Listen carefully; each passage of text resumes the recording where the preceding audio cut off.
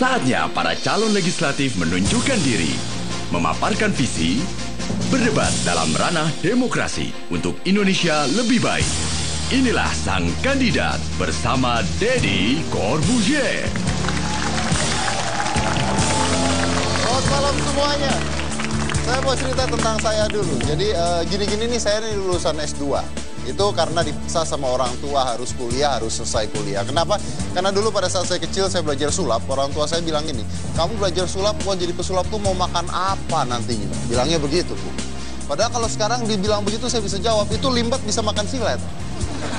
Ya kan, jadi makan apa aja bisa ternyata. Nah, bukan hanya itu, saya punya seorang supir, di mana supir saya ini lulusan sarjana hukum. Nah, tapi tidak bisa bekerja, akhirnya jadi supir dia. Dan bukan hanya itu, saya kemarin kira-kira berapa bulan yang lalu saya mewawancarai buruh kuali, mungkin Anda pernah dengar semuanya. Buruh kuali yang disekap di sebuah tempat terpencil sampai sikat gigi itu hanya 1 biji dibagi berapa puluh orang. Jadi Anda bayangkan kalau sikat gigi itu sikat giginya cuma 1. Itu dibagi-bagi, itu kalau mereka mau sikat gigi, baju tidak pernah diganti dan mereka tidak bisa keluar, tidak bisa kabur. Kenapa? Karena menurut pengakuan mereka ada oknum bersenjata di sana yang menjaga mereka. Jadi benar-benar begitu keluar ada pria-pria berseragam yang menjaga mereka tidak bisa keluar. Dan kalau mereka mencoba untuk keluar, mereka dipukulin sama oknum-oknum tersebut. Nah, ini adalah sebuah gambaran tentang tenaga kerja atau buruh di Indonesia yang pastinya sangat amat pelik. Belum lagi kita biasanya mengekspor TKI, TKW yang sampai sana karena kurang pendidikan di Indonesia, akhirnya sampai sana dipekerjakan yang memang tidak butuh pendidikan. Jadi apa lagi? Tapi itu yang terjadi di Indonesia. Dan mereka di sini akan membahas tentang hal tersebut. Apakah mereka mampu untuk merubah Indonesia menjadi lebih baik lagi? Karena mereka adalah sang kandidat.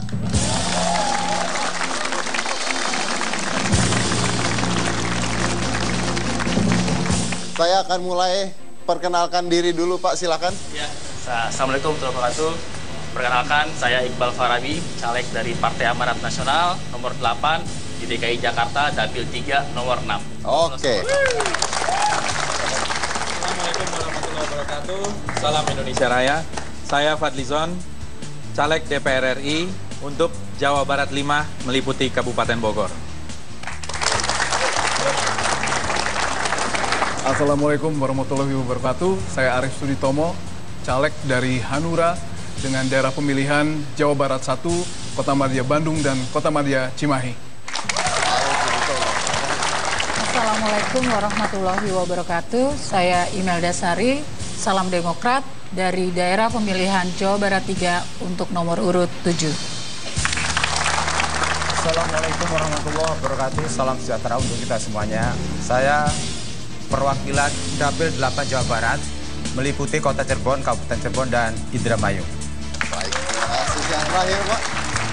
Assalamualaikum warahmatullahi wabarakatuh. Saya Haji Rizal dari PKS Dapil Sumbar 2. Oke, baik. Terima kasih semuanya. Seperti tadi saya katakan bahwa kita memiliki masalah yang banyak. Dari mulai rendahnya upah buruh sampai lapangan pekerjaan yang sebenarnya tidak ada. Tapi anak-anak sekolah sekarang semakin lama semakin banyak sehingga menghasilkan orang-orang yang mampu bekerja walaupun lapangannya sendiri tidak ada. Bukan hanya itu, hak-hak mereka para buruh juga dipertanyakan apakah mereka mendapatkan hak yang baik atau tidak. Ini adalah gambaran yang terjadi di Indonesia. Silakan.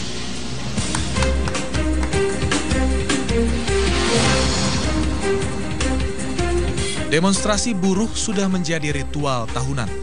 Di saat kepala daerah berunding menetapkan upah minimum untuk tahun berikutnya, suhu politik perburuhan di Indonesia dipastikan memanas.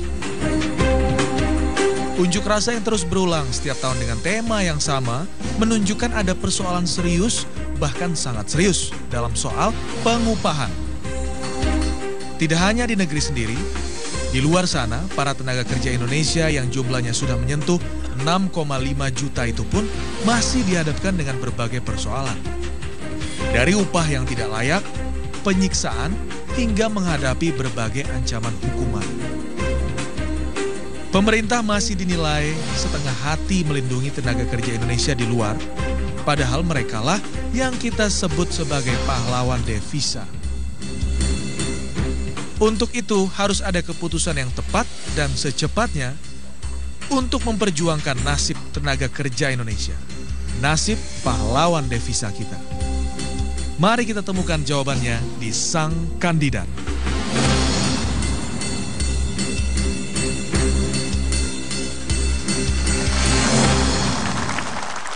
Kata-kata pahlawan itu menjadi sangat ambigu ya sekarang, kata-kata pahlawan. Kayaknya pahlawan devisa, pahlawan tanpa tanda jasa, guru. Mungkin kalau pahlawan tuh harus disiksa dulu gitu, baru namanya pahlawan gitu ya. Tapi kita akan mengomentari tayangan tersebut. Saya akan memberikan masing-masing dari Anda waktu 30 detik. Mohon maaf selesai atau tidak selesai harus saya potong karena waktunya. Saya mulai dengan Pak Iqbal dulu, dimulai dari sekarang Pak, silakan. Saya melihat ada 4 catatan penting dalam isu ketenaga kerjaan. Yang pertama adalah masalah upah. Ini memang menjadi problematika karena sekarang semua kepala daerah kalau mau kampanye dia pakai bahan untuk kampanyenya menaikkan upah UMR. Ini satu hal yang perlu diperhatikan. Yang kedua adalah masalah TKI. TKI di Indonesia ini yang dikirim masih TKI dengan kualitasnya masih cukup. Belum ya seperti dengan Filipina kita lihat sudah TKI yang kualitasnya sudah menengah ke atas. Lalu yang ketiga adalah masalah hak buruh. Ini hak buruh diatur dalam undang-undang tapi belum ekivalen dengan haknya para pengusaha. Jadi seandainya buruh pengusahanya mengalami kerugian, di undang-undang tidak diatur bagaimana pengusaha dan buruh bisa sinergi. Yang keempat adalah masalah pendidikan agar masa depan para buruh-buruh nanti bisa meningkat. Oke, silakan Pak Fadli. Ya, kita melihat masalah perburuhan atau tenaga kerja kita itu jelas masalah klasik. Tadi dikatakan ada pemerintah, ada pengusaha, ada pekerja atau buruh. Jadi ke depan ini saya kira harus dicari filosofinya win-win solution. Pertama, lapangan pekerjaan harus diadakan karena lapangan pekerjaan kita tuh terbatas. Mereka yang keluar negeri karena lapangan pekerjaan di Indonesia terbatas, kemudian insentifnya juga sedikit. Jadi masalah upah tetap menjadi masalah. Namun di sisi lain, upah juga kita harus memperhatikan juga produktivitas. Produktivitas ini harus digarisbawahi bagaimana meningkatkan produktivitas pekerja kita juga meningkat. Dan jaminan bagi para pekerja kita juga harus lebih baik ke depan ini. Apalagi kita menghadapi globalisasi dan pasar bebas yang sangat membahayakan kita. Baik, terima kasih Pak Fadli. Mas Arief, silakan dimulai dari sekarang, Mas Arief. Master Dedi itu adalah potret yang menggambarkan beberapa ilustrasi soal bagaimana kita melihat makro kita, makroekonomi. Yang pertama, belanja pemerintah untuk kurang lebih yang sifatnya infrastruktur itu memang tidak menjadi satu prioritas. Instead of kita ngomongin memfokuskan pada infrastruktur, kita malah men-spend uang yang sangat-sangat besar pada subsidi energi. Itu satu, sehingga nggak bisa membuat sebuah proyek menyerap tenaga kerja dengan cukup. Lalu insentif buat investor, kita instead of kita memberikan insentif buat mereka, malah kita eksploitasi di berbagai macam tempat. Lalu vocational education, kita nggak sangat-sangat tidak serius untuk memberikan mereka kesempatan agar mereka tidak disiksa sebagai buruh yang sangat unskilled di luar negeri. Dan yang paling penting yang terakhir adalah enforcement. Tidak ditegakkan. Tidak? Ditegakkan. Tidak ditegakkan. Enforcementnya tidak ditegakkan. Oke. Mbak Imelda, silakan. Baik, yang pertama menurut saya masalah perburuhan di Indonesia bukan hanya hubungan tripartit antara pengusaha, pemerintah, dan juga pekerja. Tapi ada hal lain. Satu adalah concern saya di bidang pendidikan. Rata-rata tenaga kerja kita sekarang rata-rata SMP justru di atas 9% justru yang memiliki diploma ke atas.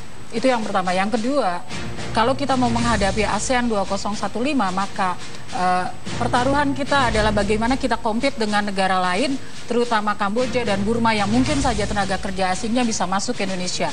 Oleh karena itu, kalau skill kita tidak kita tingkatkan, dari tenaga kerja kita dan entrepreneurship tidak kita kembangkan juga, maka menurut saya kita tidak akan mampu untuk compete. Oke, baik. Silakan Pak Sunario. Baik, saya menyoroti dari sisi ideologis. Sebenarnya yang harusnya menyelenggarakan kesejahteraan itu kan negara. Negara menjamin kesejahteraan. Nah, di sini kita lihat apakah betul-betul negara itu telah melakukan semuanya ini. Saya lihat di dalam soal ketenagakerjaan ini, negara itu tidak hadir. Misalnya contoh saja, BUMN. BUMN justru menggunakan tenaga-tenaga outsourcing. Sehingga seolah-olah tenaga kerja itu bukan lagi ditempatkan sebagai manusiawi, tapi justru dia ditempatkan sebagai buruh yang bagian dari modal kerja saja. Sehingga persoalan-persoalan ini menambah rumitnya ketenagakerjaan kita. Contohnya misalnya, hampir seluruh ketenagakerjaan dari 114 BUMN semua menggunakan tenaga outsourcing. Ini salah satu persoalan tenaga kerja. Tapi kita tahu bahwa tenaga outsourcing itu juga ada di undang-undang ya Pak. Betul. Ya? Oke, silakan Pak Febri. saya ada dua persoalan. Yang pertama, saya sepakat buruh itu harus naik upahnya. Naik upahnya. Upahnya. Bagaimana caranya? Pertama, harus ditingkatkan produktivitasnya. Kedua, pemerintah harus menaikkan pertumbuhan ekonomi kita. Bagaimana kalau pertumbuhan ekonomi kita tidak naik, bagaimana lapangan pekerjaan akan tercipta? Saya kira itu yang sangat penting, itu adalah tugas utama pemerintah. Pertumbuhan ekonomi kita harus segera meningkat. Dengan apa caranya? Jangan kita seperti sekarang ini. Semua barang mentah kita jual ke luar negeri, minyak mentah kita jual ke negeri, batu bara kita jual ke negeri. Harus kita olah dalam negeri kita. Oke, baik.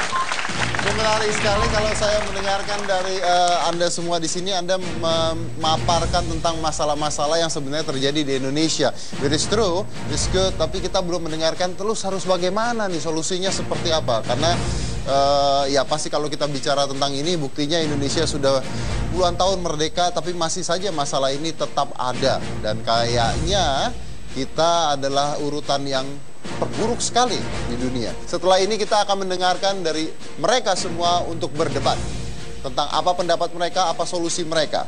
Hanya di Sang Kandidat.